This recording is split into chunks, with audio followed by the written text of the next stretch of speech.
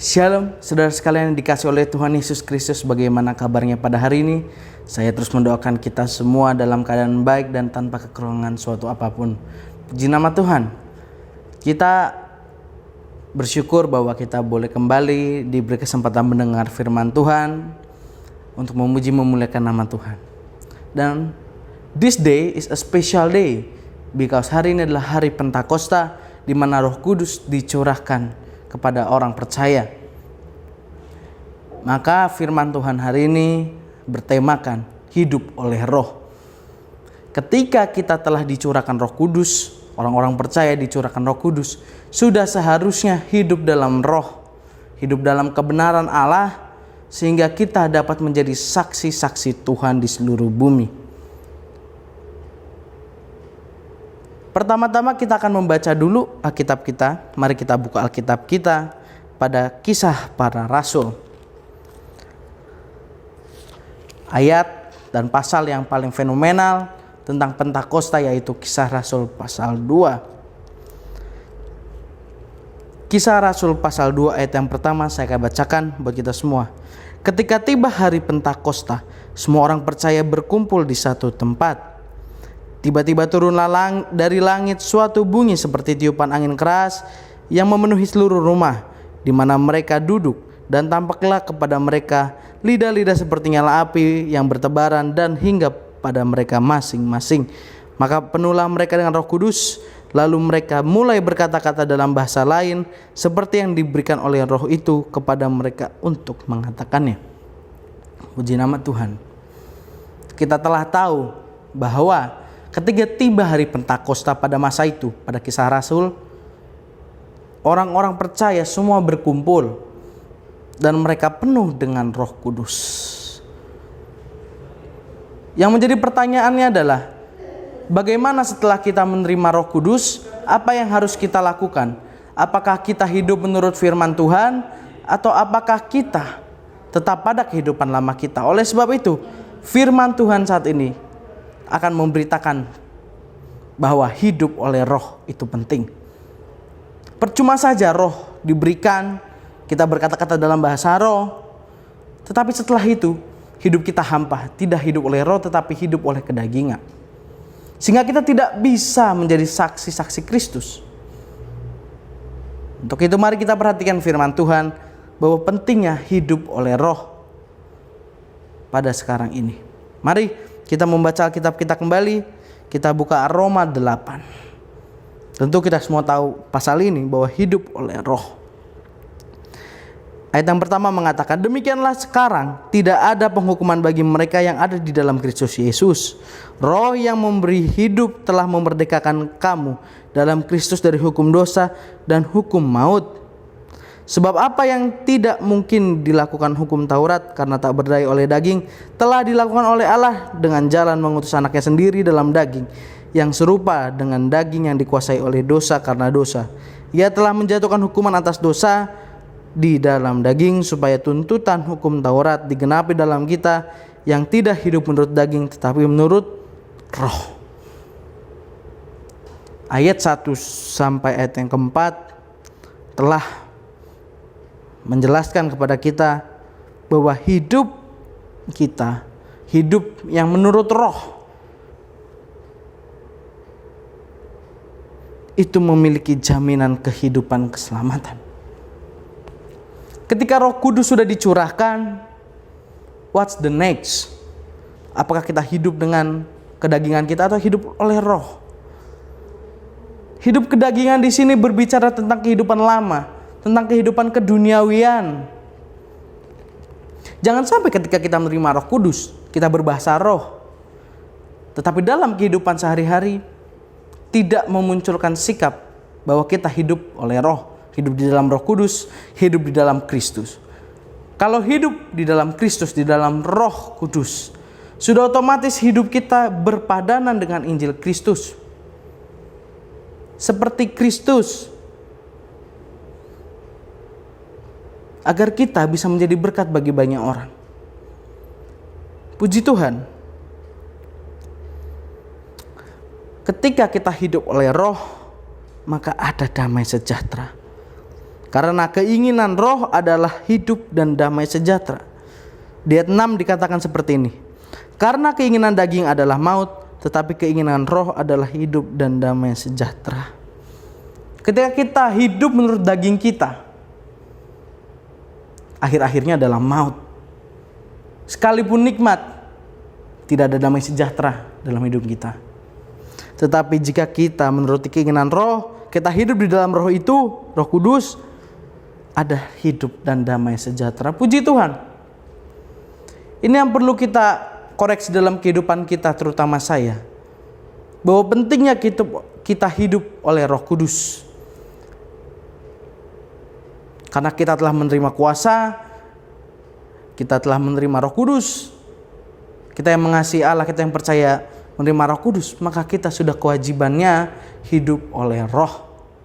Jangan lagi kita pada kehidupan yang lama. Berbahaya.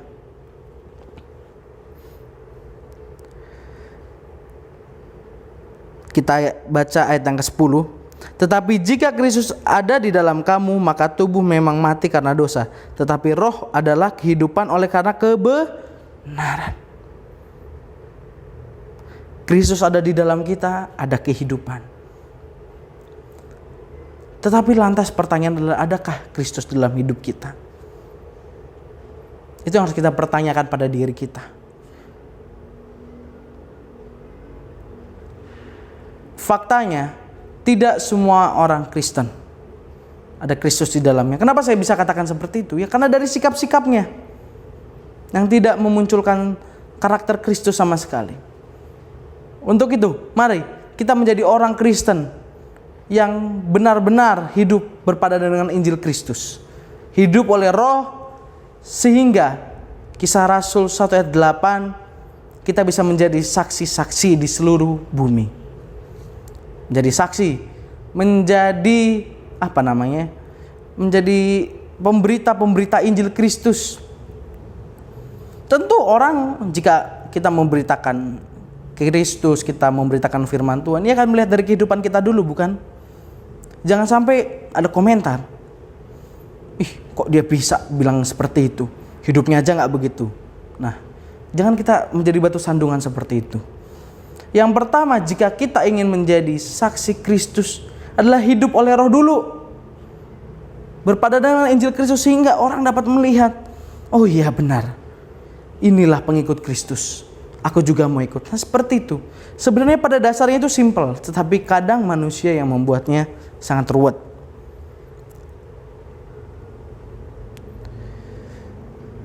Ada yang mengatakan Alkitab, saudara bisa cari sehabis ini, roh memang penurut tetapi daging lemah. Ya, daging ini, manusia ini maunya hidup yang lama terus, yang enak-enak. Tapi roh maunya yang baik-baik, yang sesuai dengan firman Tuhan. Maka ini tinggal pilihan kita sekarang. Mau hidup oleh roh atau hidup menurut daging. Kalau Anda mau hidup oleh roh, maka matikanlah kehidupan lama. Di dalam Kolose itu banyak. Puji Tuhan. Pada hari ini saya begitu disadarkan oleh firman Tuhan. Di hari Pentakosta ini, bahwa ketika kita menerima Roh Kudus, kita dipenuhkan Roh Kudus, ayo mari kita hidup oleh Roh itu sendiri. Jangan mendukakan Roh Kudus dengan kita tidak hidup di dalamnya. Justru dengan dicurahkannya Roh Kudus, Allah mau kita hidup di dalamnya dan kita bisa menjadi saksinya. Sebab Kisah Rasul pasal pertama ayat yang ke-8 mengatakan begini. Tetapi kamu akan menerima kuasa kalau Roh Kudus turun ke atas kamu, dan kamu akan menjadi saksiku di Yerusalem dan di seluruh Yudea dan Samaria dan sampai ke ujung bumi. Kuasa. Bahwa ketika Roh Kudus ada dalam diri kita, kita hidup oleh Roh itu, kita akan mendapat kuasa. Nah, kuasa di sini dalam bahasa aslinya adalah dunamis, yang artinya power, kekuatan, kemampuan. Bahwa ketika Roh Kudus turun atas kita dan kita hidup oleh Roh Tuhan itu, hidup sesuai dengan firman Tuhan, maka kita diberi kemampuan untuk menjadi saksi-saksi Kristus di ujung bumi, di seluruh bumi. Karena tidak mudah tantangannya. Maka harus Roh Kudus memberi kekuatan kepada kita. Karena kita tidak punya kekuatan apa-apa. Jika kita tanpa Tuhan kita nol. Tetapi kita butuh Roh Kudus, kita butuh Tuhan dalam kehidupan kita. Sehingga kita bisa menjadi saksi-saksi Kristus sampai ke ujung bumi. Amin saudara. Ya puji Tuhan. Firman Tuhan hari ini mengingatkan kita bahwa pentingnya hidup oleh Roh. Hidup oleh Roh itu sangat penting. Karena Roma 8 telah menyatakan itu. Dan bagaimana mereka yang hidup di dalam daging, yang dalam kehidupan lama? Oh jelas mengatakan bahwa Roma 8 ayat 8 mengatakan mereka yang hidup dalam daging tidak mungkin berkenan kepada Allah. Yang hidupnya masih sembrono, yang masih menurut kehidupan lama, tidak layak di hadapan Allah. Tetapi ayat 9 menyadarkan kita, menyadarkan posisi kita saat ini, bahwa kita tidak hidup dalam daging. Amin. Roma 8 ayat 9 mengatakan itu. Makanya saudara jangan mengkhianati statement itu, bahwa kita benar-benar hidup dalam Roh. Kenapa? Maka Roh Allah diam di dalam kamu. Sebab Roma 8 ayat 9 mengatakan begini, tetapi kamu tidak hidup dalam daging, melainkan dalam Roh, jika memang Roh Allah diam di dalam kamu. Tetapi jika orang tidak memiliki Roh Kristus, ia bukan milik Kristus. Bahwa pentingnya kita hidup oleh Roh agar kita menjadi milik Kristus. Tetapi jika Kristus ada di dalam kamu, ayat yang 10, maka tubuh memang mati karena dosa, tetapi Roh adalah kehidupan oleh karena kebenaran. Jadi jika kita sudah punya Roh Kudus, kita hidup oleh Roh, maka ada jaminan kehidupan bagi kita. Amin. Maka dari itu, di hari Pentakosta ini mari, bukan hanya sekedar pencurahan Roh Kudus saja, dipenuhi Roh Kudus, tetapi mari di event ini kita mulai hidup oleh Roh sesuai dengan firman Tuhan. Kita jadi saksi Tuhan sehingga nama Tuhan dipermuliakan. Amin. Puji Tuhan. Ketika saya membaca ayat-ayat hidup oleh Roh ini, mungkin hidup saya belum sepadan dengan Injil Kristus. Tetapi Alkitab mengatakan mari kita berusaha untuk hidup sesuai dengan firman Tuhan. Maka Roh Kudus akan memberi kekuatan kepada kita. Amin. Puji nama Tuhan. Kita telah mendengar firman Tuhan, dikoreksi firman Tuhan, bahwa kita harus hidup oleh Roh Kudus, hidup oleh Roh. Tinggalkan kehidupan lama kedagingan yang fana itu. Mari hidup oleh Roh sesuai dengan firman Tuhan. Demikian firman Tuhan kiranya menjadi berkat bagi kita semua. Mari kita bersatu di dalam doa. Bapa kami di dalam surga, terima kasih atas segala anugerah-Mu yang Kau berikan kepada kami. Terima kasih untuk hari ini Kau telah mencurahkan Roh Kudus kepada kami melewati hari Pentakosta ini Tuhan. Tetapi Engkau mau memperingatkan kami bahwa jangan sampai ketika Roh Kudus dicurahkan, setelah itu kehidupan kami tidak berubah. Tetapi Engkau menginginkan hidup kami berubah hidup oleh Roh, hidup sesuai firman Tuhan, agar hidup kami layak di hadapan-Mu dan kami menjadi milik-Mu Tuhan. Terima kasih. Terkhusus kami berdoa untuk tim medis dan orang-orang yang telah berusaha untuk melawan COVID-19 ini. Engkau memberi kekuatan perlindungan kepada dirinya dan kepada mereka yang sedang berjuang beserta keluarganya. Mereka dikuatkan, diberi kemampuan kesehatan, karena mereka adalah garda terdepan di negeri kami Tuhan.